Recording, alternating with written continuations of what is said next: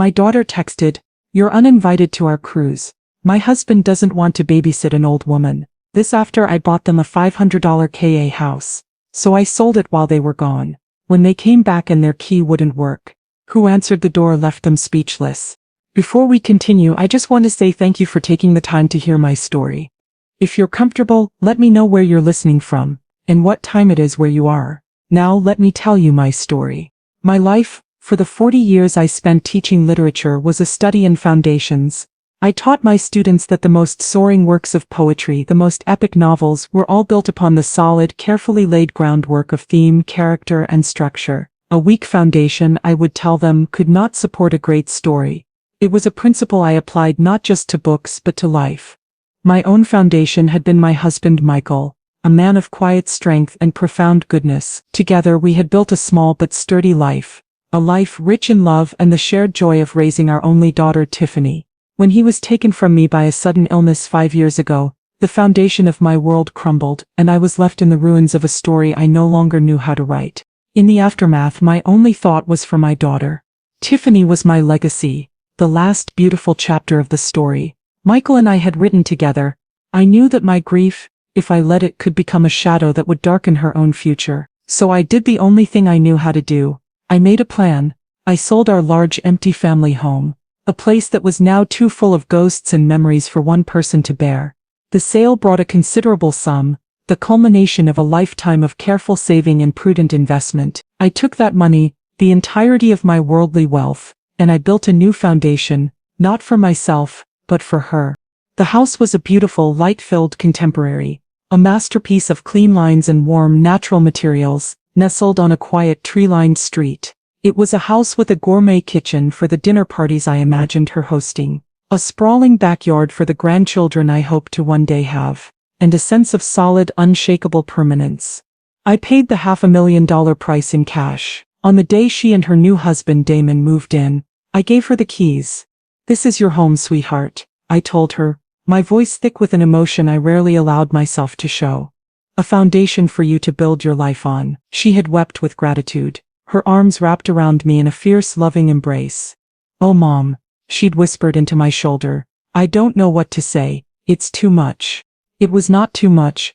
Nothing was too much for my daughter. The one crucial detail I kept to myself, a small act of a planner's prudence, was that the deed, the legal title to the property, remained securely in my name. It was not a lack of trust. It was a fail-safe, a final piece of structural support in the architecture of my love for her. I fully intended to sign it over to her on a future anniversary, the ultimate gift, the final cornerstone to launch her new life. For a time that foundation seemed strong. Tiffany and Damon were happy. They were building a life, but I was so focused on the beautiful structure they were creating that I failed to see the rot that was beginning to eat away at its very foundation. The rot, of course, was Damon. He was a man who moved through the world with the slick, polished confidence of a man who has always gotten what he wants.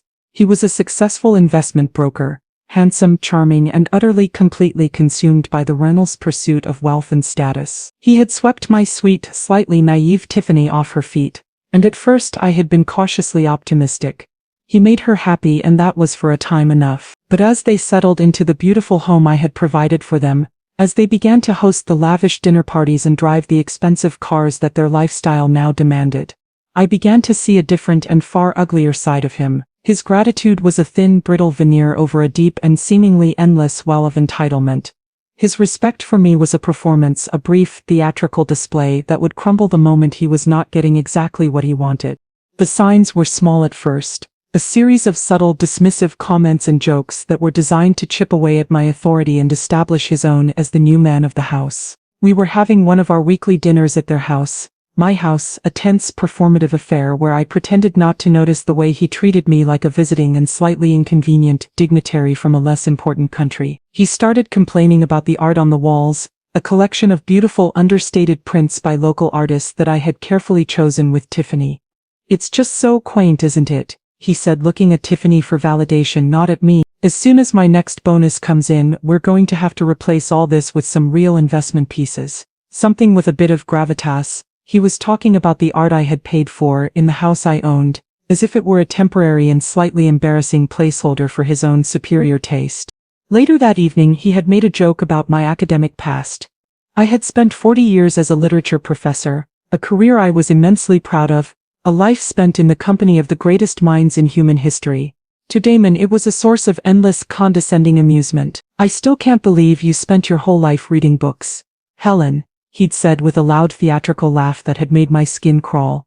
"I mean, what's the return on investment on a Shakespearean sonnet?" He had looked around the table at his other guests, a group of equally slick and equally soulless young men from his investment firm, and they had all joined in with a chorus of appreciative sycophantic laughter. My daughter, my sweet, conflict-averse Tiffany, had just sat there, a small nervous smile frozen on her face. She would shoot me small apologetic glances, her eyes pleading with me not to start a fight, not to rock the boat, not to jeopardize the fragile, glittering piece of her perfect and very expensive life. And I, for her sake, for the love of the daughter I was so desperately afraid of losing, would simply smile, a quiet, serene smile that betrayed none of the cold, gathering storm of my own anger and disgust.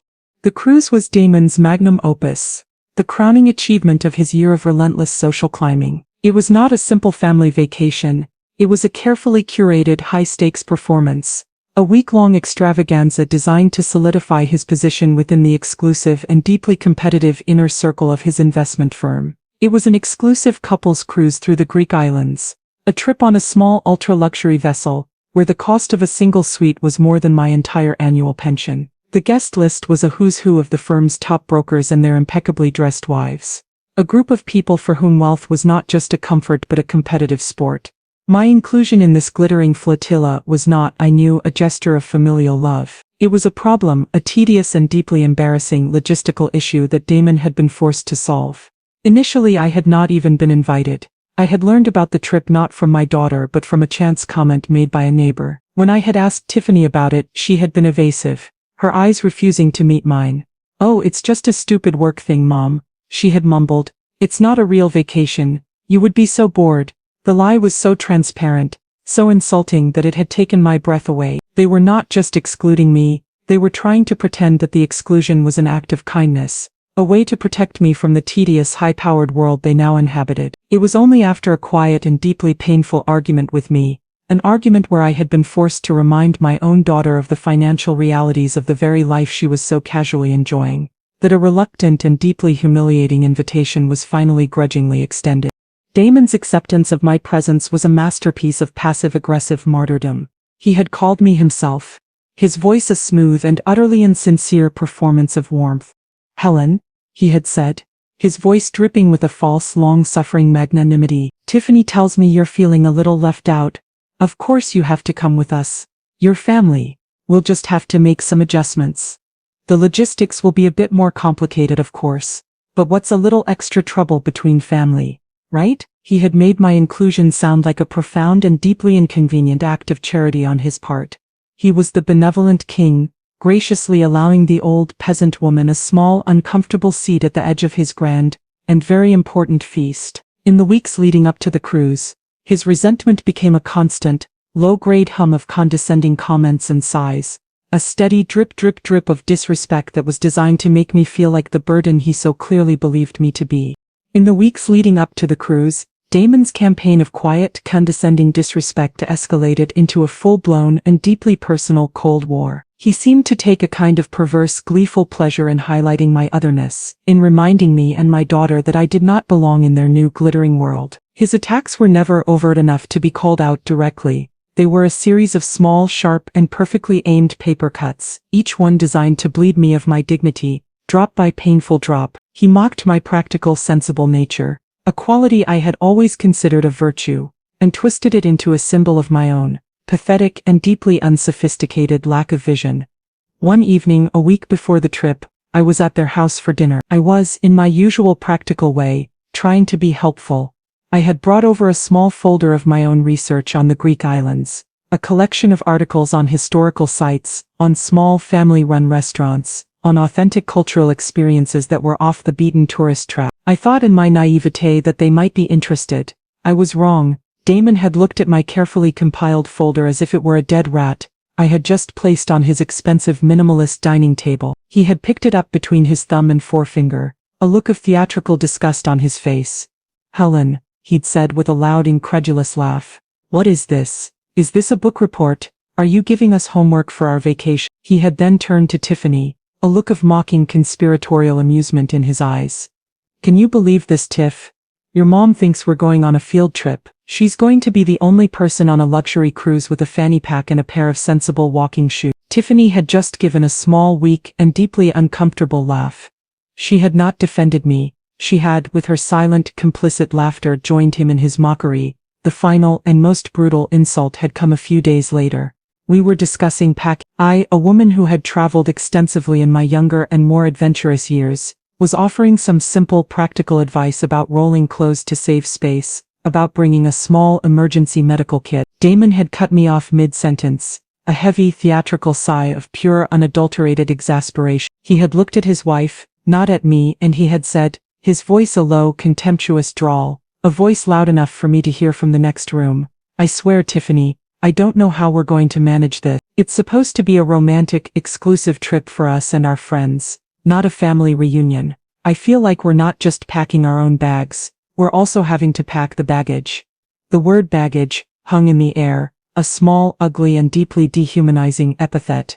I was not a person, I was not a mother, I was a piece of luggage, an inconvenient and deeply embarrassing item that they were being forced to drag along on their glamorous, important vacation. I had stood in the doorway of the living room, my heart a cold, heavy stone in my chest, and I had looked at my daughter. I had looked for some flicker of outrage, of indignation, of the simple filial loyalty of a daughter for her mother, but I had seen nothing. She had simply looked down at her phone, her face a mask of passive, silent, and deeply cowardly acquiescence. She had heard the insult, she had understood its cruelty, and she had, with her silence, endorsed it. The text message arrived on a Tuesday afternoon, 3 days before we were scheduled to leave. I was in my small, sunlit apartment, my suitcase open on my bed, a neat, organized collection of my best and most practical clothes laid out beside it. I was, against my better judgment, beginning to feel a small, flickering spark of excitement. I was going to see the Greek islands, a place I had taught my students about for 40 years but had never seen with my own eyes. I was holding on to that small, fragile hope, the hope that the beauty of the world might be enough to bridge the growing and painful chasm in my own family. And then my phone buzzed. It was a text from my daughter Tiffany. I opened it, a small, hopeful smile on my face, expecting a last-minute question about packing, or a confirmation of our travel plans, but the words on the screen were not a question. They were a verdict. They were an execution. The message was short, blunt, and utterly devastatingly cruel. It was a masterpiece of passive-aggressive cowardice, a digital dagger delivered from a safe and anonymous distance. It read, "Mom, so sorry, but there's been a change of plans. The cruise is a bit more of an exclusive couples-only thing than we realized. It's probably for the best if you don't come. You're uninvited to our cruise. My husband doesn't want to babysit an old woman." I stared at the words, my mind refusing for a long, surreal moment to process their meaning. The phrase "babysit an old woman" was a direct and vicious echo of Damon's earlier insult. This was not a change of plans. This was a final and absolute banishment. I had been deemed unworthy, an embarrassment, a piece of inconvenient and unwanted baggage to be left behind on the shore while they sailed away to their perfect, glittering and mother-in-law-free paradise. The cruelty of it was breathtaking, but the most painful part, the part that was a shard of glass in my heart, was that the message had come from my daughter. She had not even had the courage or the decency to tell me to my face. She had hidden behind the cold, impersonal shield of a text message, a coward's weapon to deliver the most devastating blow of my life. I immediately called her. My hands were shaking so badly I could barely hold the phone. The call went straight to voicemail, her cheerful, recorded voice a grotesque and deeply ironic mockery of the daughter who had just with a few casual keystrokes shattered my heart. I called again and again, straight to voicemail. Every time, she was not just ignoring my calls, she was actively rejecting them, sending me to a digital prison of her own making. I sent her a text message, my own thumbs clumsy and shaking on the small screen. My message was not angry, it was not accusatory, it was a single heartbroken and utterly pathetic question, the cry of a mother who can no longer recognize her own child. "Naomi, why?" I hit send, and then I waited. I sat on the edge of my bed, my half-packed suitcase a sad, ironic monument to a trip that would never happen, and I stared at my phone, waiting for a reply that I knew with a terrible sinking certainty would never come. The hours that followed were the longest and most silent of my life. The little blinking light of my phone, indicating that my message had been delivered, and then read, was a small, constant and deeply cruel torment. She had seen my question, she had read my pain, and she had chosen to answer it with a profound and absolute silence. Her silence was her answer. Her silence was her choice. Her silence was a final and unforgivable act of abandonment. I sat there in the quiet of my small apartment, until the sun went down and the room was filled with the long dark shadows of the evening, and in that darkness the deep aching grief of a mother who has just lost her child, not to death but to a slow, insidious and far more terrible kind of corruption, finally and completely gave way to something else. It gave way to the cold, quiet and methodical clarity of a woman who has just been pushed too far. The grief, when it finally broke, was a tidal wave, a force of nature that left me hollowed out, a ghost in my own home. But as the long dark night wore on, as the first pale gray light of dawn began to filter through my window, the storm of my sorrow began to recede, and on the shores of my own quiet devastation, a new and unfamiliar landscape began to emerge. The heartbroken mother was gone, washed away by the tide of her own tears, and in her place a different woman stood. It was the architect, the woman who had spent a lifetime building things. The woman who understood that a structure with a rotten and compromised foundation cannot, and should not be saved. It must be condemned. It must be demolished. My love for my daughter, my endless and foolishly unconditional generosity, had not built her a safe and beautiful home. It had built her a monument to her own, and her husband's entitlement. And I, the architect of that monument, was now, with a cold and terrible clarity, about to become its demolition crew. I sat down at the small antique drafting table in my study, the same table where I had once, with a heart full of hope, sketched out the blueprints for the very house they now inhabited. But this time, I was not drafting a plan for a construction, I was drafting a plan for a deconstruction. I did not weep, I did not rage, I simply worked, with the same quiet, methodical focus I had once brought to a complex structural engineering problem. My mind, which had been a chaotic, emotional storm just hours before, was now a cool, quiet and orderly space. The pain was still there, a deep resonant ache in the background, but it was no longer the driving force. The driving force now was a cold and unyielding sense of justice. The justice of an architect who sees that a building is unsafe and that for the good of the entire city, it must be brought down. I spent the entire day on the phone, and on my computer executing my plan with a swift and surgical precision. I was a general, and I was marshalling my forces, preparing for a dawn raid on an enemy that had, at that very moment, just set sail for their victorious and celebratory cruise. They were sipping champagne on the deck of a luxury liner, believing they had successfully, and permanently, exiled me from their perfect, glittering lives. They had no idea that their lives, the very foundation upon which their arrogant and ungrateful world had been built, were at that very moment, being systematically and irrevocably dismantled. They had asked me to disappear. They had no idea that when I left, I would be taking their entire world with me. My first call, at precisely 9 a.m. on the morning of their departure, was to a woman named Sarah, a sharp, aggressive, and highly successful real estate agent I had known for years. She was a shark, a woman who lived for the thrill of a quick, high-value sale, and she was exactly the kind of shark I needed for the first phase of my plan. "Sarah," I said, my voice as brisk and as professional as her own, "it's Clara Pierce. I have a property I need to sell. Immediately." "Clara," she said, her voice full of a warm professional enthusiasm that was directly proportional to the size of the commission she was anticipating.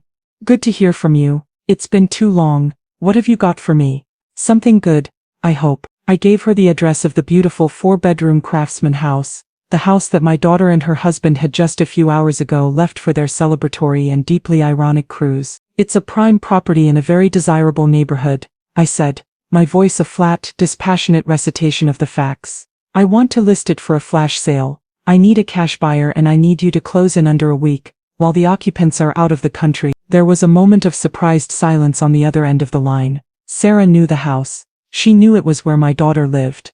"Are you sure, Clara?" she asked, her voice a little hesitant, a rare note of caution in her usually aggressive tone. "That's Naomi's place, isn't it?" "It is my place, Sarah," I corrected her, my voice as cold and as clear as a winter morning. The deed is in my name, and my name alone, and I have decided that it is time to liquidate the asset. The use of the cold financial term, liquidate the asset, was a clear and deliberate signal to her. This was not an emotional decision. This was a business transaction, and it was a transaction I wanted completed with speed and with absolute, unapologetic ruthlessness. Sarah, a woman who could smell a large commission a mile away, and who was also, I knew, no stranger to the messy and often highly profitable dramas of family disputes, did not ask any more questions. The brief flicker of personal concern was gone, replaced by the familiar predatory glint of the real estate shark. "Consider it done, Clara," she said, her voice now full of a new shark-like excitement. "I'll have the listing agreement sent over to you for a digital signature within the hour, and I've already got a buyer in mind, a tech guy who's been looking for a turnkey property in that neighborhood for months. He pays in cash. We can have this closed by Friday." I hung up the phone. The first charge had been set. The very foundation of their life, the beautiful solid ground beneath their feet, was about to be sold out from under them. My second call was to a person who represented a different and far more important kind of foundation in my life. I went to my old, locked file cabinet, a repository of my long and varied career, and I pulled out a folder labeled Mentorship Program. 20 years ago I had volunteered for a community outreach program that paired established professionals with gifted, underprivileged high school students. It had been one of the most rewarding experiences of my life. And there was one student, one brilliant, fiercely intelligent, and deeply compassionate young woman, whom I had never forgotten. Her name was Aliyah Hassan. She had been a girl with a genius-level intellect, and a heart of pure gold, a girl who had dreamed of becoming a doctor, but whose family had no resources to send her to college. I had not just mentored her, I had fought for her. I had used my own connections, my own resources to secure her a full scholarship to a top university. I had in a small and quiet way been the architect of her future. I had not spoken to her in years, but I had followed her career from a distance, my heart swelling with a quiet maternal pride. She had not just become a doctor, she had become a force of nature. Dr. Aliyah Hassan was now a celebrated pediatrician, and the founder of a remarkable and highly successful, non-profit organization called the Haven Project. Her organization worked with the families of children with long-term critical illnesses, providing them with stable, beautiful, and mortgage-free homes to live in, while their children were undergoing treatment. She was a woman who understood, in a deep and profoundly personal way, the importance of a safe and loving foundation. I found her number, my hand trembling slightly, not with anger but with a new and unfamiliar sense of hope. She answered on the second ring, and when I told her who was calling, her voice, when it came, was a sound of pure, unadulterated, and deeply emotional joy. "Mrs. Pierce," she said, her voice cracking slightly. "Clara, oh my goodness, is it really you?" We spoke for a few minutes, a warm and happy catching up. And then I made my proposal. "Aliyah," I said, my voice quiet but firm, "I am calling for a reason. I am in a position to make a substantial and anonymous donation to your foundation. I have a very specific project in mind. There is a house, a beautiful, fully furnished, 4-bedroom house, that I want to donate to the Haven Project, free and clear. I want you to give it to one of your families, a family who truly needs it, a family who will appreciate it." The silence on the other end of the line was a profound and deeply emotional thing. "Clara," she finally managed to say, her voice thick with unshed tears. I don't know what to say. That's a miracle." "No, my dear," I said, a small sad smile on my face. "It's just a change of plan." The week that followed was a masterclass in quiet and devastating efficiency. While Naomi and Marcus were blissfully and ignorantly sipping cocktails on the deck of their cruise ship, posting smug, sun-drenched selfies for their online audience, a series of swift and legally ironclad transactions were taking place in the quiet and far more consequential world they had left behind. The house, the beautiful $500,000 foundation of their life, was sold in a private all-cash deal that took less than 48 hours to complete. The buyer on paper was an anonymous trust, a legal entity I had created for the sole purpose of this transaction. The money from the sale was deposited into a secure account, and from there it was immediately and anonymously donated to Dr. Aliyah Hassan's foundation, the Haven Project. The final step was the most satisfying. The anonymous trust, now acting as a benefactor for the foundation, then used that donation to purchase the very same house, and immediately and legally donated the property, the deed and all, to the Haven Project. The entire complex series of transactions was a beautiful and legally impenetrable piece of architectural planning. I had not just sold the house, I had laundered it, washing it clean of the ugly, ungrateful residue of my own family, and transforming it from a monument to entitlement into a sanctuary of true and deserving need. By the time Friday afternoon rolled around, the entire life-altering transaction was complete. The house that had once been mine, and then in their minds theirs, now belonged to a foundation dedicated to healing and hope. And I, the quiet and forgotten architect of it all, was finally and blessedly free.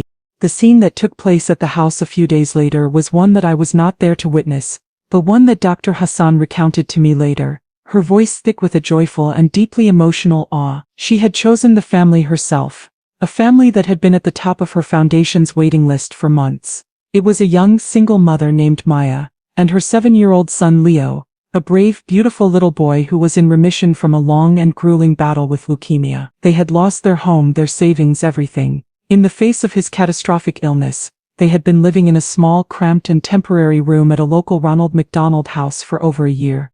Dr. Hassan had told them only that she had some good news for them, and had driven them to the house herself. They had walked up the beautiful stone pathway and Maya had simply stared at the house, her eyes wide with a look of stunned and uncomprehending disbelief. "It's beautiful," she had whispered, her voice a raw and hopeful sound. "But, why are we here?" "This is your new home, Maya," Dr. Hassan had said, her own voice cracking with the emotion of the moment. And she had handed her the keys. The joy, Dr. Hassan had told me, was a thing of pure and almost painful beauty.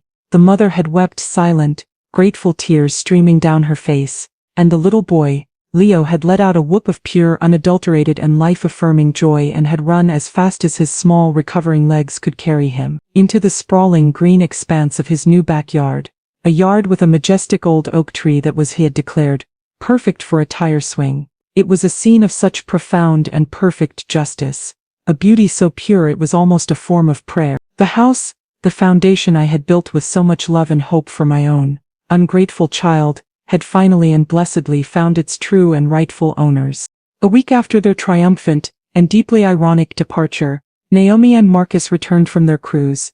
They were tanned, they were relaxed, and they were laden with a collection of expensive and utterly useless duty-free luxury goods. They were, I am sure, still basking in the warm, smug glow of their own social success, their conversation a litany of casual complaints about the drama with me, and a self-congratulatory celebration of their new mother-in-law-free life. They arrived at their beautiful $500,000 house, the house they believed was the permanent and unshakable stage for the rest of their perfect lives.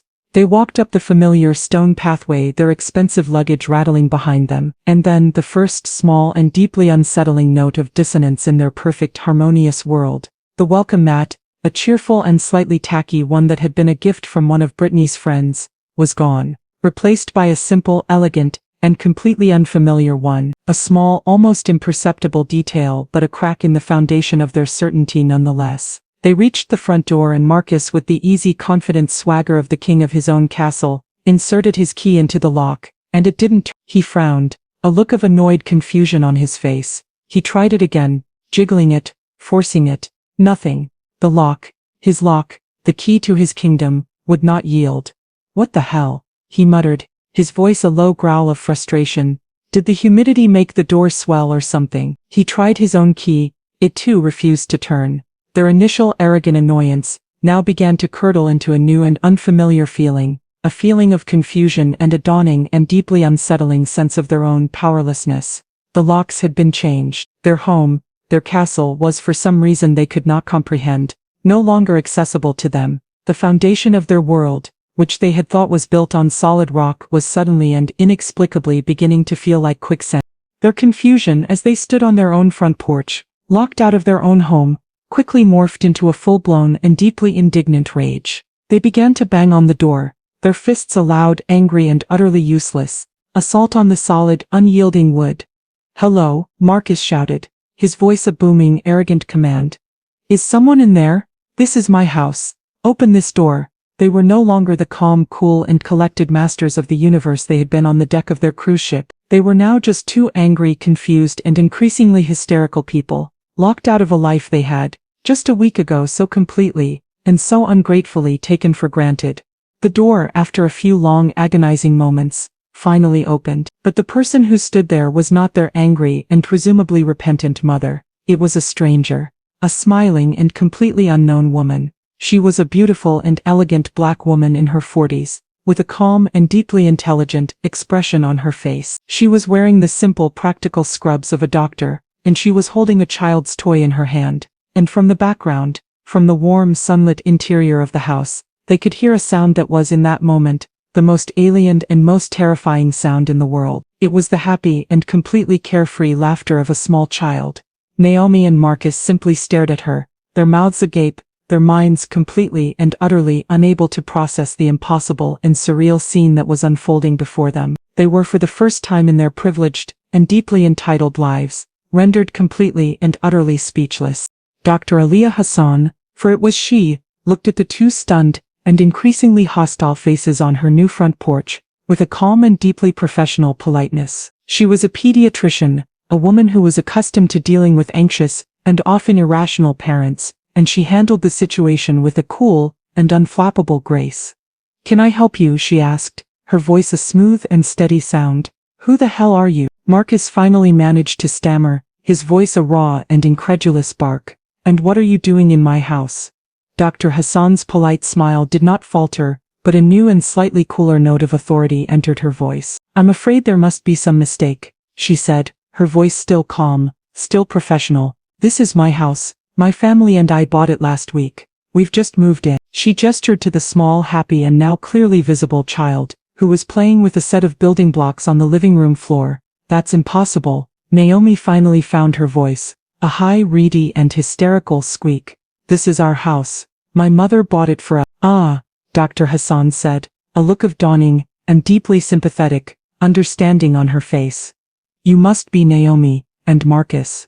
The original owner, a Miss Clara Pierce, did mention you." The use of the formal and distant Miss Clara Pierce was a small and deeply satisfying twist of the knife. In the eyes of the new world, I was no longer their mother. I was just the previous owner of a piece of real estate. "She left something for you," Dr. Hassan continued. She reached back to a small table in the foyer and picked up a single sealed and very official-looking envelope.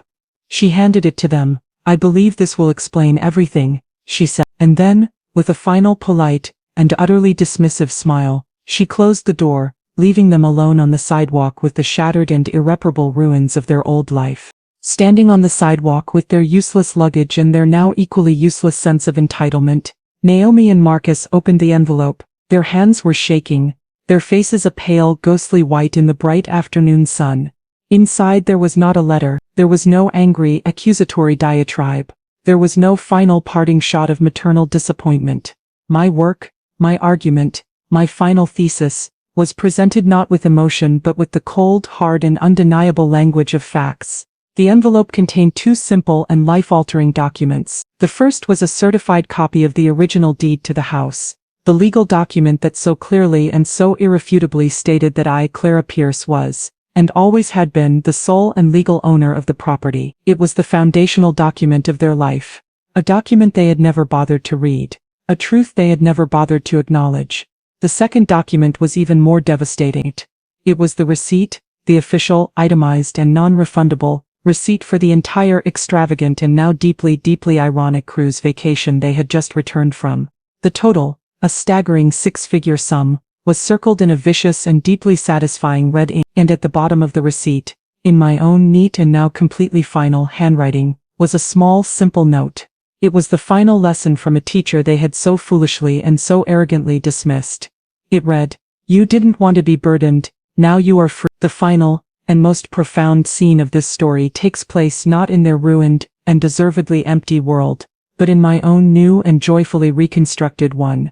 A few months later, I am standing not in a house but in a university lecture hall. I am at a podium, a set of rolled-up blueprints in my hand. I am a guest lecturing a class of young, eager and bright-eyed architecture students. I am for the first time in years back in my element, back in the world of ideas, of creation, of building a better and more beautiful future. I look out at the faces of the next generation of builders, and I feel a sense of hope, of purpose, of a quiet and profound and deeply satisfying peace. I have cleared the old, rotten foundation of my past, and I am now with a happy and a free heart, building something new. Thanks for listening. Don't forget to subscribe and feel free to share your story in the comments. Your voice matters.